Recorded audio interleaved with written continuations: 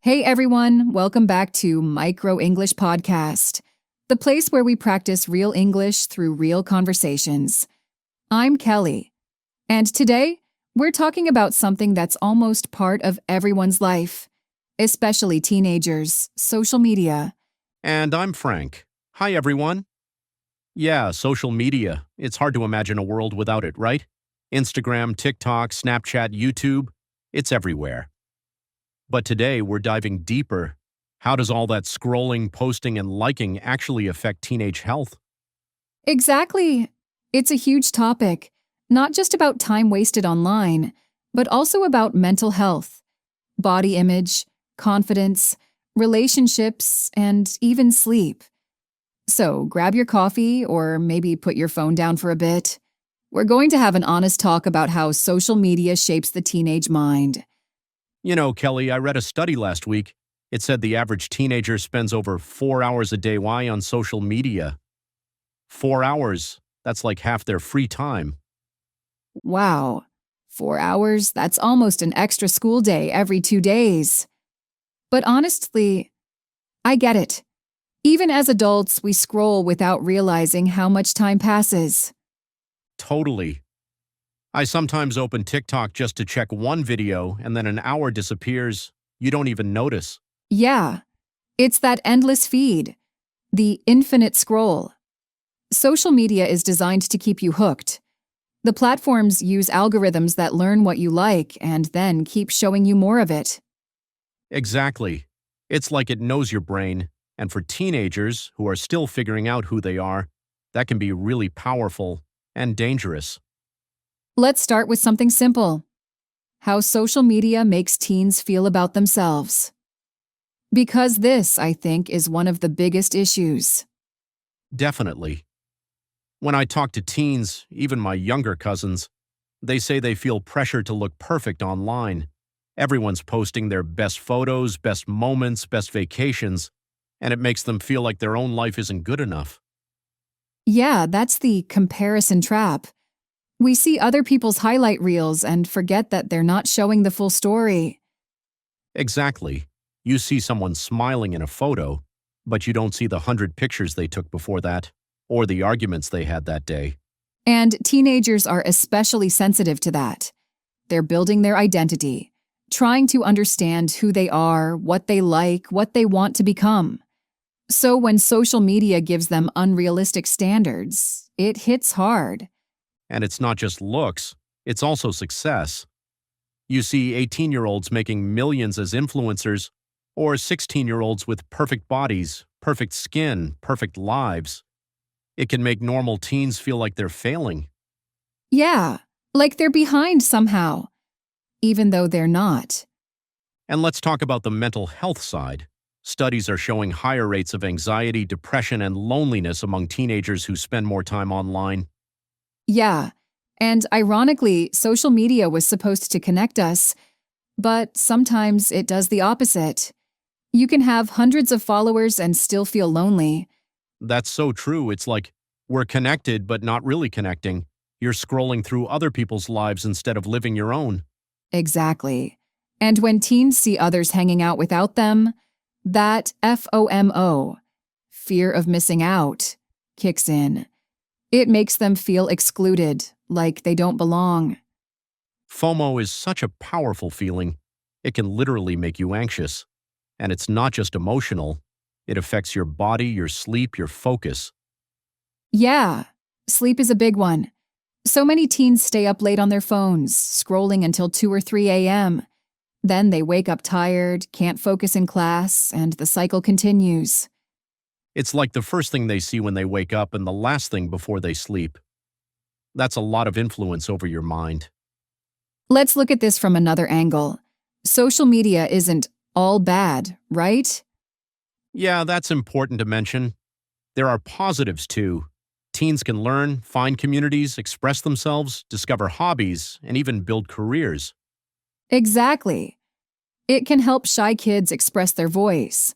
It can make people feel seen and heard. You can learn photography, languages, dance, anything. Right. But I guess the problem comes when it becomes the main source of validation, when likes and followers start defining your worth. Yeah, that's the tricky part. When your happiness depends on how many people liked your post, that's dangerous. Because it's never enough. And teens get addicted to that little dopamine hit. Every time someone likes a photo, the brain says, "Hey, that feels good. Let's do that again." Exactly. It's literally a chemical reaction. Dopamine rewards behavior. So your brain learns to crave that digital attention. And it's designed that way. The more time you spend, the more ads you see, and the more profit the platform makes. So the system actually benefits when you stay addicted. Which is kind of scary. You know, Kelly, I sometimes wonder, what would life be like if social media just disappeared for a week? Oh, wow. I think people would panic for the first day. And then maybe feel strangely peaceful. Yeah, imagine actually talking to your friends in person again, going outside without thinking, I need to take a photo of this. That's a great point. Sometimes we forget to just experience life, not record it. Exactly. I think teenagers today face so much pressure to perform life instead of living it. Well said. And that pressure affects mental health deeply. You're constantly comparing, editing, judging yourself. That's exhausting. And then there's cyberbullying too. Teens can be so cruel online, hiding behind screens. Yeah, anonymity makes it worse. People say things online they'd never say in person. And when you're a teenager, even one mean comment can hurt a lot. So what can teens actually do? How can they use social media in a healthy way? Good question. I think the first step is awareness. Just realizing how much time you spend scrolling and how it makes you feel. Yes. If you feel sad or anxious after scrolling, that's a sign to take a break. Also, curate your feed. Follow people who inspire you, not those who make you feel bad about yourself. That's so important. If someone's posts always make you feel jealous or insecure, unfollow them. Protect your mental space. And set limits. Like no phones after 10 p.m. or no scrolling during meals. Small habits make a big difference. Yeah, and talk about it. If you're feeling overwhelmed, talk to your parents, teachers, or friends. You're not alone in this. That's right. Everyone feels the pressure, even adults. The key is to balance connection with reality. You know, Kelly, I once tried deleting social media for a week. Really? How did it go? Honestly, the first 2 days were hard. I kept reaching for my phone, but then I started reading more, going outside, sleeping better. It felt like my brain was resting. That sounds amazing. I think more people should try that. Just a short break. Yeah, I call it a digital detox.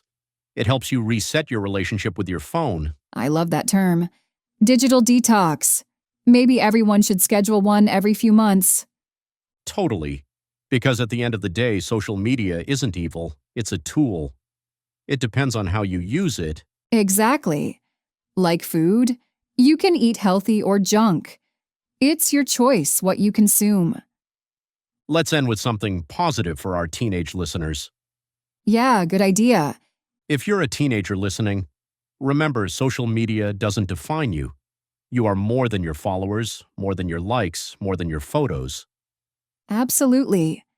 Your value comes from who you are in real life, how you treat others, how you think, how you grow. And don't compare your behind the scenes to someone else's highlight reel. Everyone's fighting their own battles, even if their feed looks perfect. Exactly. Take care of your mind, and your screen time will naturally take care of itself. Beautifully said, Kelly.